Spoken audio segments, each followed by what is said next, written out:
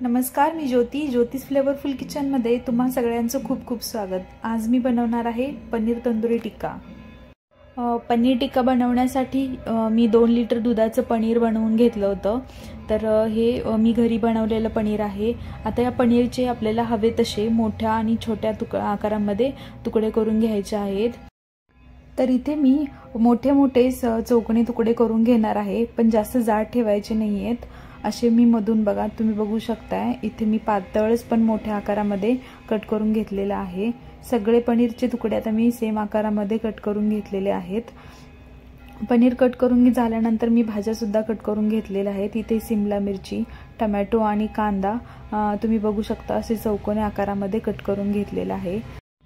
यानंतर पनीरच्या मॅरिनेशनची तयारी करायची।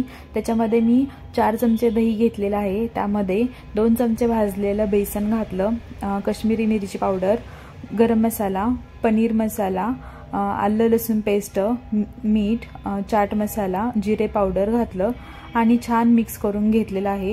याच्यातल्या गाठी मोडून घ्यायच्या आहेत आपल्याला पूर्ण। मग त्याच्यामध्ये 3 चमचे मोहरीचं तेल गरम करून घातलेलं आहे। मोहरीचे तेल घातल्यानंतर आपल्याला छान फेटून घ्यायचं आहे। तर याचा रंग तुम्हाला फिकट दिसत असेल, म्हणजे बाहेर हॉटेलमध्ये याच्यामध्ये फूड कलर घालतात, मी याच्यामध्ये फूड कलर घातलेला नाहीये। छान तेल मिक्स करून घेतल्यानंतर आपण याच्यामध्ये पनीर आणि भाज्या घालून घ्यायच्या आहेत आणि अलगद हलक्या हाताने मिक्स करून घ्यायचं आहे। चमच्याने मिक्स केलं तर पनीरचे तुकडे होऊ शकतात, त्यामुळे हातानेच आपल्याला छान मिक्स करून घ्यायचं आहे। मिक्स करून झाल्यानंतर याच्यावरती झाकण ठेवून 15 मिनिटं आपल्याला हे असंच मुरवत ठेवायचं आहे। 15 मिनिटानंतर मी एक कबाब स्टिक घेतलेली आहे आणि त्याला आपल्या भाज्या आणि पनीर लावून घ्यायचं आहे। त्याच्यामध्ये मी शिमला मिरची, पनीर, टोमॅटो, पनीर, कांदा असं एक एक घालून पूर्ण तयारी करून घेतलेली आहे।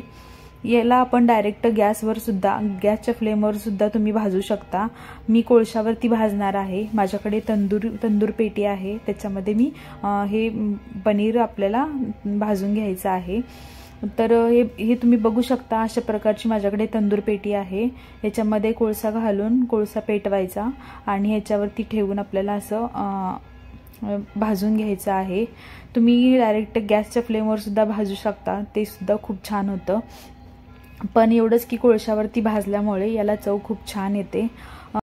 तर 10-12 मिनिटानंतर पनीर आणि भाज्या आपल्या व्यवस्थित भाजून झालेल्या आहेत।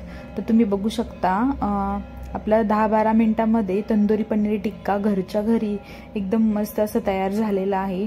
तुम्ही सुद्धा नक्की करून बघा। तयार पनीर टिक्का कांदा आणि पुदिन्याच्या चटणीसोबत अप्रतिम लागतो। तुम्हीही करून बघा आणि माझा व्हिडिओ आवडला असेल तर व्हिडिओला लाईक करा, शेअर करा आणि चॅनलला सबस्क्राईब करा। थँक्यू।